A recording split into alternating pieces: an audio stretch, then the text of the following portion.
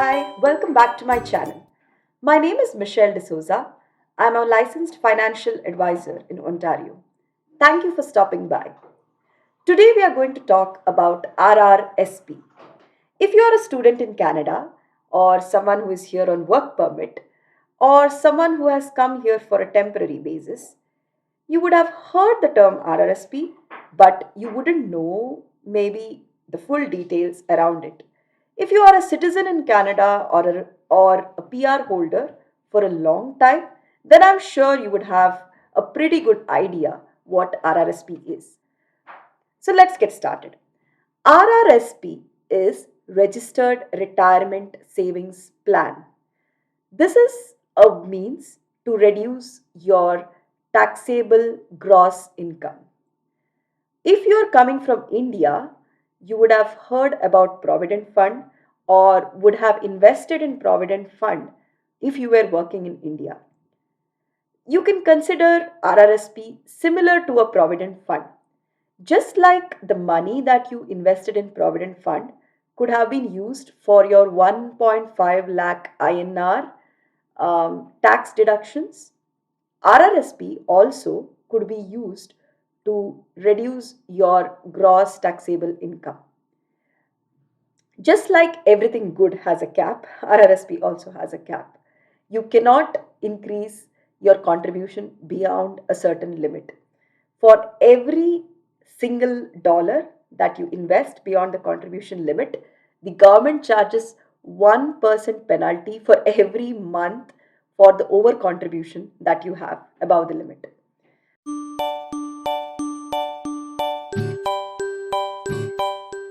So now, who can invest in an RRSP? Anyone, in fact, even a child who has earned taxable income the previous year can invest in their RRSP plan this year. I specifically mentioned previous year because that is how you get to know your contribution room. Because every time you file your tax returns, the CRA will give you the exact amount of contribution room that you have based on your previous year's income. So RRSP does not have a minimum age, but it does have a maximum age of 71, after which you're not allowed to invest in an RRSP.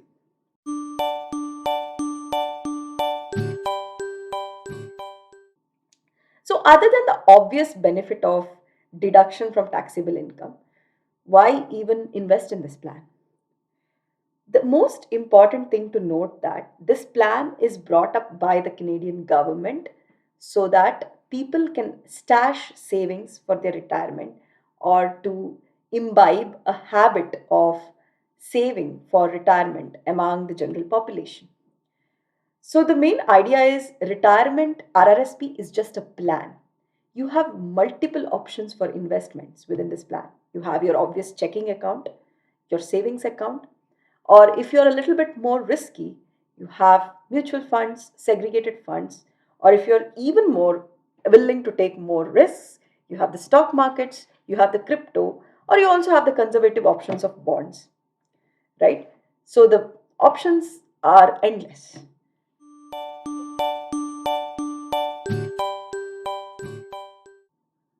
How much can you invest in an RRSP? So the contribution room is 18% of your gross taxable income the previous year, right? In 2022, there is a cap of 29,210 for RRSP contribution room. And government increases this maximum cap every year to cater to inflation.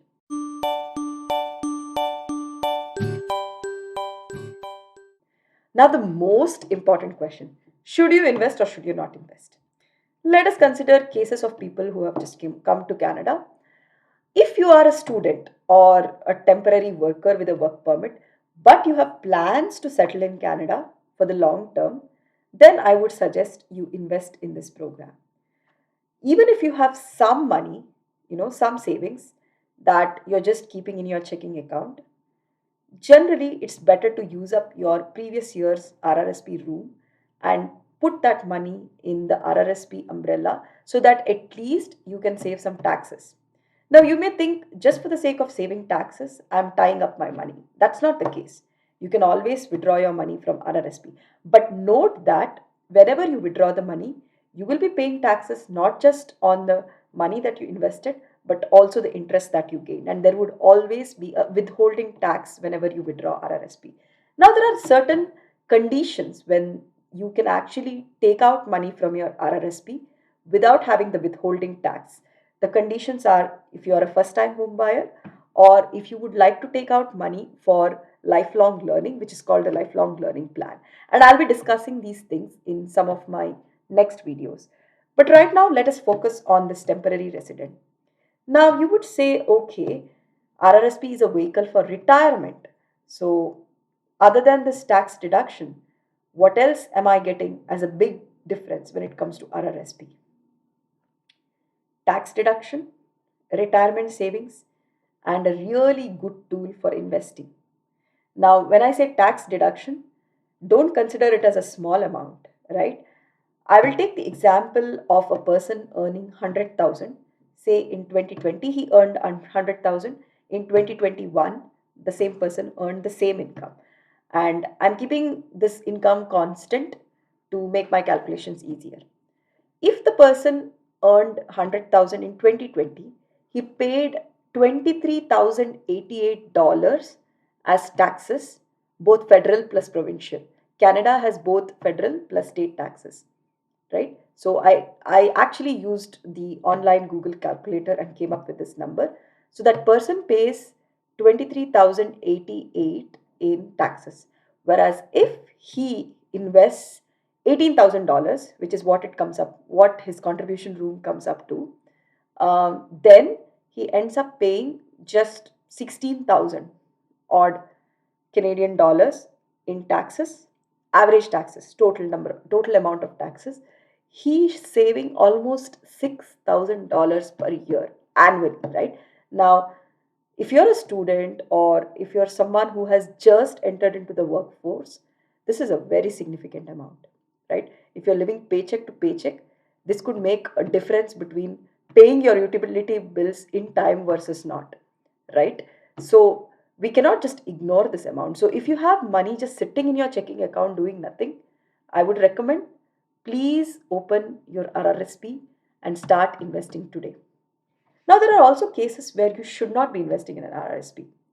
The most important example is of someone who has come to Canada on a temporary basis and does not plan to settle in Canada, or is unsure of whether they'll stay in Canada or leave the country for greener pastures, or maybe just want to go back home.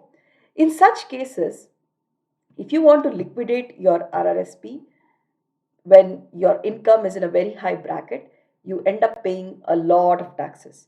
So, such kind of person, I wouldn't recommend you invest in an RRSP. The idea of RRSP or the concept of RRSP works because you are generally in a higher tax bracket when you are earning income in your regular working years, and your tax bracket goes much lower in your retirement for obvious reasons, right? You have no longer any proper earned income from your employer or self employed or freelance contracts. So, in your retirement, when you are at a lower bracket, when you tap into the RRSP funds, you actually end up paying, or you actually come under the much lower marginal tax brackets. So, the amount of taxes that you pay is much lower. But in case you plan to leave the country and you do not want to continue your RRSP in Canada, and you want to liquidate it at a time where your income is already very high, you end up paying much, much higher taxes, which is just not the goal of RRSP. So that's it's not a good idea to invest if that is what you plan to do. So these were some of my thoughts around RRSP, and I hope you liked it. If you did like my content, please do like, share, and subscribe. And you may also visit my website. If you would like to chat about this further, my contact details are present over there. I hope to see you all in the next video. Adios.